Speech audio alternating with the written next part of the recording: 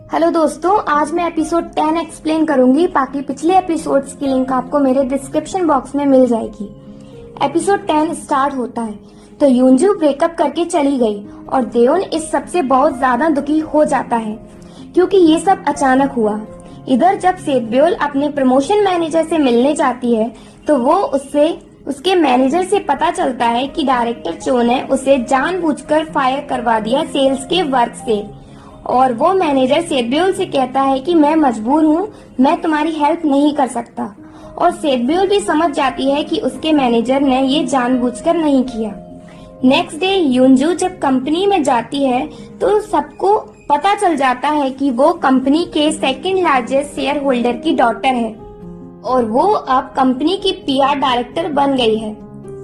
Then देओन के farmer colleague उसके store में जाते हैं और बताते हैं कि देओन को कि यूंजू की मॉम कंपनी की सेकंड लार्जेस्ट शेयर होल्डर है और यूंजू अब कंपनी की पीआर डायरेक्टर है। तो ये सुनकर देओन शॉक हो जाता है क्योंकि यूंजू ने उसे इस बारे में कभी नहीं बताया। तो फिर देओन यूंजू से मिलने उसके घर जाता है और यूंजू से बाहर ही मिल जाती है। तो देओन यूंजू से कहता है कि तुमने कहा था कि हमारे बीच कुछ भी नहीं छुपा होगा, पर तुमने ये बात मुझे क्यों नहीं बताई। और यूंजू कहती है कि तुमने भी तो मुझे सेतब्योल के बारे में नहीं बताया। देओन कहता है कि तुम मेरी बात सुनती नहीं थी।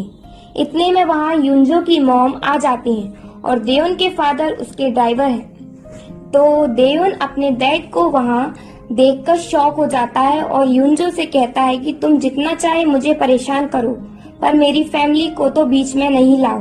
तो यूंजू उसे समझाने की कोशिश करती है कि उसे इस बारे में नहीं पता, पर देओन वहाँ से चला जाता है।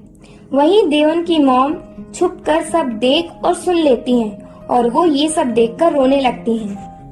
देओन और देओन के डैड के जाने के बाद देओन की मदर यूंजू की मॉम से मिलती हैं और उन्हें इंश्योरेंस के डॉक्यूमेंट्स देती हैं। और देओन की मॉम वही बात कहती हैं कि आपकी लड़की जिस लड़के को पसंद करती है, क्या पता वो बहुत अच्छा हो, और ये कहकर चली जाती हैं। पर जाते वक्त वो देओन के डैड को वहाँ देखती हैं तो वो उनसे छिपकर वहाँ से निकल जाती हैं। फिर बाहर आकर वो बहुत दुखी हो जाती हैं जो यूंजू की मॉम ने उनकी फैमिली के साथ किया।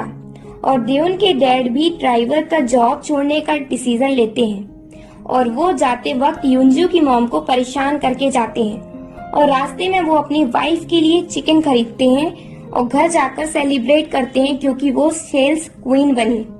पर दोनों मन में बहुत दुखी होते हैं। इधर सेतब्योल बड़ी कोशिशों के बाद यूंजू से मिल जाती है और उसे समझाती है कि तुम हॉनेस्टली अपना वर्क करो और तुम सक्सेसफुल जरूर बनोगी।